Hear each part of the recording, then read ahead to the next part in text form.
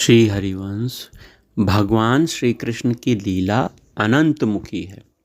जैसे भगवान में सब प्रकार के ज्ञान, क्रिया, शक्ति, भाव आदि निहित हैं, क्योंकि वे ही सबके मूल उद्गम हैं, वे ही आधार हैं, वे ही सबको गति देने वाले हैं।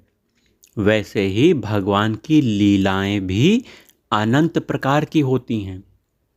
विभिन्न प्राणियों को उनके क्षेत्र में सन्मार्ग पर लाकर उनका परम कल्याण करने वाली।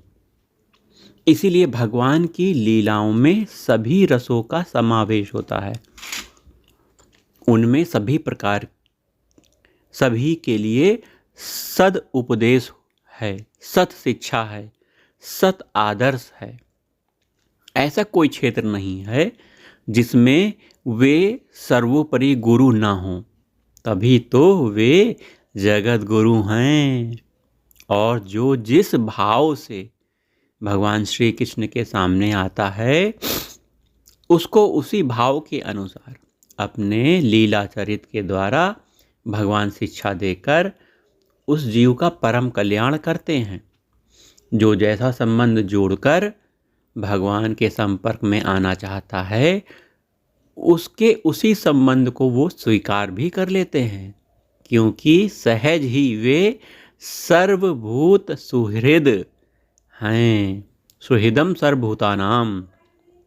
इसीलिए वे वसुदेव देवकी और नंद यशोदा के परम सुख स्वरूप सुपुत्र हैं। ब्रज बालकों को सुदामा जैसे दरिद्रों तथा अर्जुन, उद्धव आदि जैसे वीर विद्वानों के सखा मित्र हैं। भगवान श्री कृष्ण श्री गोपांगनाओं के मधुरतम प्राण वल्लभ हैं और द्वारका की ऐश्वर्यमयी महिषियों मतलब रानियों के पूज्य पति हैं। गौओं के अनंत सेवक हैं, पशु पक्षियों के बंधु हैं, असुर राक्षसों के शत्रु हैं। वहीं श्री कृष्ण ज्ञानियों के ब्रह्म हैं। भगवान श्री कृष्ण योगियों के परमात्मा हैं, भक्तों के भगवान हैं। भगवान श्री कृष्ण प्रेमियों के परम प्रेमास्पद हैं। राजनीतिज्ञों में निपुण राजनीति विशारद हैं। सूरवीरों में अतुल पराक्रमी महान वीर भगवान श्री कृष्ण ही हैं। शरणागतों के परम रक्षक, शिष्यों के परम ज्ञानदाता गुरु और सन्मार्ग दर्शक भगवान श्री कृष्ण ही हैं। सभी कार्यों में वे परम कुशल हैं। कर्म कौशल उनकी लीला में सहज ही है। जहाँ जो काम करते हैं पूर्णतम अनुभवी पुरुष के रूप में करते हैं। कोई भी कला उनसे बची नहीं, पर सभी कलाओं की लीलाओं में सहज लोक कल्याण निहित है। कला केवल कला नहीं के लिए नहीं, कल्याण के लिए होनी चाहिए। वहीं भगवान श्री कृष्ण संगीत शास्त्र के महान आचार्य हैं। बड़े बड़े संगीतज्ञ उनके शिष्य हैं। उनकी वाद्य कला अनिर्वचनीय है। मुरली की सुरीली ध्वनि ब्रह्मलोक तक पहुंचकर सबको सम्मोहित कर लेती है। जड़ को चेतन, चेतन को जड़ बना देती है।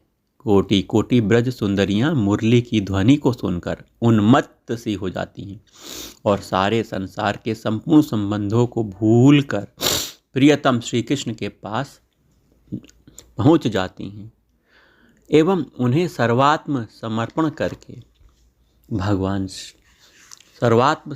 करके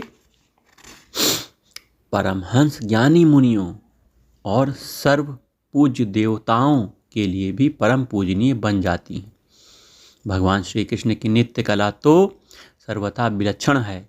शिव नृत्य जिसे तांडव कहते हैं, पार्वती नृत्य जिसे लास्य कहते हैं, परंतु भयानक विष उगलने वाले विषधर भुजंग के सहस्त्रों फनों पर थिरक थिरक कर नृत्य करना नित्य कलाओं की पराकाष्ठा के भी परे की वस्तु है। और उसका उद्देश्य है कालिया के समस्त पापों का विनाश करके उसे प्रेम भक्ति प्रदान करना। उनका महारास नृत्य, भगवान श्री कृष्ण का महारास नृत्य तो बड़े बड़े तत्वज्ञों के लिए रहस्य की वस्तु है। मल्ल विद्या के तो आप परम आचार्य ही बन गए। देखने में नन्हे से होकर ऐसे पैतरेबाजी की कि मल्ल विद्या भीमानी मुष्टिक चारुण का कचूमर ही निकल गया। वहीं धनुष भंग, कुलिया पीड़ का विनाश, कंस का वध करके आपने अपने बल पौरुष की धाक जमा दी। भगवान श्री कृष्ण भला घोड़े हाँकना कब किससे सीखा था? किससे सीखा था? पर इस कला में वे सबके गुरु स्थानीय हैं।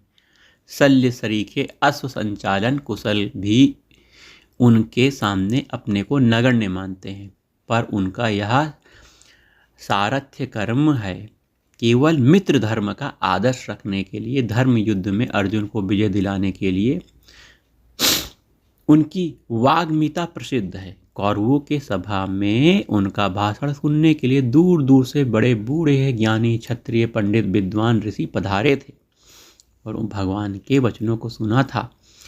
भगवान के तेज, दिव्य तेज तथा ऐश्वर्य इतना विलक्षण है कि उनके सामने सभी सहज नतमस्तक हो जाते हैं।